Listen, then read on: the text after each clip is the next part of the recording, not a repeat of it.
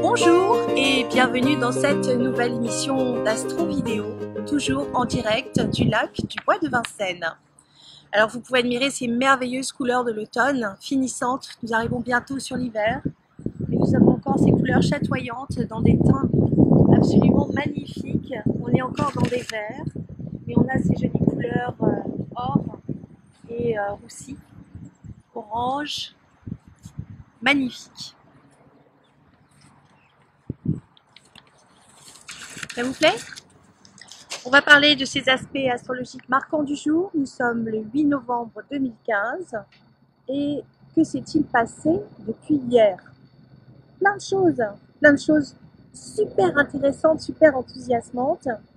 Alors, on va parler de la Lune. La Lune, c'est un astre qui part très vite, puis 28 jours, il revient à son point de départ. La Lune est juste à côté de la Lune noire moyenne dans le premier décan du signe de la Balance. Et il va faire un très bel aspect. Alors la Lune passe très vite, bien sûr. En tout cas, la Lune noire, elle est un peu plus moyenne, elle est un peu plus lente, puisqu'elle va rester au moins jusqu'au mois de mai dans le signe, alors c'est à vérifier, mais en tout cas c'est dans les parages, dans le signe de la Balance. Alors, ça fait une conjonction. Donc, on va dire un amplificateur de quelque chose qui est karmique. La lune noire, moyenne ou vraie, c'est un point fictif lunaire qui va nous donner accès directement à notre inconscient. Et cette conjonction fait un très bel aspect avec Saturne. Saturne, c'est le maître du Capricorne. Et Saturne se trouve dans le signe du Sagittaire. Donc, il y a une action concrète et positive qui passe par une espèce de communication qui va être beaucoup plus harmonieuse et en tout cas qui va poser les choses dans leur stabilité. Et vraisemblablement au niveau des émotions, ça devrait rentrer dans l'ordre, vous devriez vous sentir plus stable. Mais si vous n'avez pas résolu vos problèmes, eh bien ça fera un carré quasiment très rapidement avec Pluton dans le signe du Capricorne. Ah, le maître du Capricorne, c'est Saturne. On a vu que ça faisait un bon aspect avec la Lune.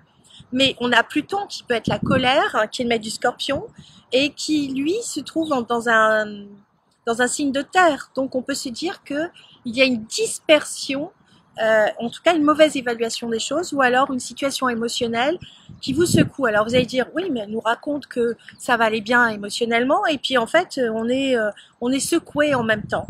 Je dis que si les problèmes ne sont pas résolus, c'est sûr que là, vous allez être confronté à une situation que vous allez devoir résoudre et qui va vous transformer, qui va vous obliger à aller de l'avant. Vous allez devoir trouver des solutions beaucoup plus créatives. Et vous y arriverez très bien, puisque cette conjonction entre la Lune et la Lune noire moyenne fait toujours un trigone avec Cérès, planétoïde dans l'ambiance du signe de la Vierge, qui se trouve en Verseau, qui est un signe de communication originale. Alors le maître du Verseau, c'est Uranus. C'est comme ça, c'est de l'astrologie judiciaire du mot judicieux. On tourne le thème dans tous les sens. Donc la maison 1 est assimilée au signe du Bélier, qui lui est géré par Mars. Donc on va regarder ces trois éléments. Là en l'occurrence, on va parler du Verseau. Le maître du Verseau, c'est Uranus. Uranus est rétrograde, donc on a là encore un indicateur karmique, puisque Uranus représente le Verseau et on a Cérès en Verseau qui fait un carré avec la Lune noire moyenne. Donc on voit bien qu'on a quelque chose de karmique. Qu'est-ce que c'est? Ça peut être intéressant de faire le point justement pour voir dans quel domaine de vie ça tombe chez vous.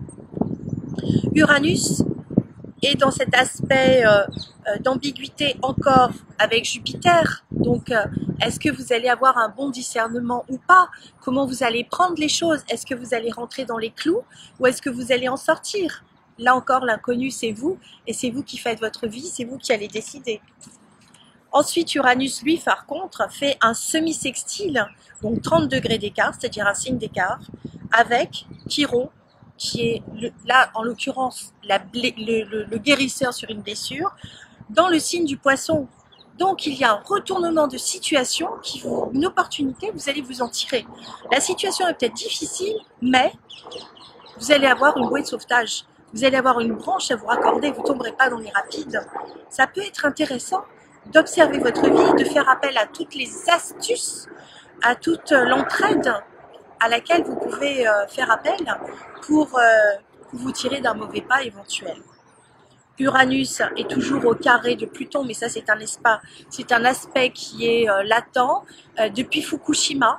Alors il est en aspect d'accordéon, il se resserrera peut-être un petit peu plus au mois de février. Il y aura des choses très très fortes qui se passeront sur février-mars, on a encore largement le temps d'en parler. Le fait est, c'est que les balances vont s'en tirer, juste.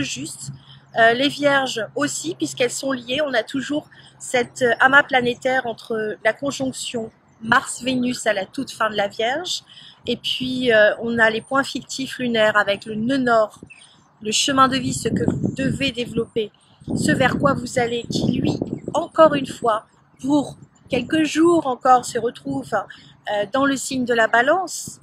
Mais on a aussi la lune noire vraie, la lune noire moyenne et la lune. Et tout ça, c'est ensemble. Donc autant vous dire qu'il y a un faisceau de présomption énorme qui vous dit « Hey, ta route, elle est là-bas.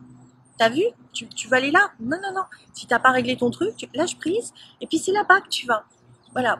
Alors, si vous voulez faire le point, bon, vous savez où me trouver. En tout cas, je vous souhaite une très très bonne journée. Je vous dis à demain pour une prochaine astro vidéo. Et je vous souhaite un très beau dimanche. Au revoir mes petits anges.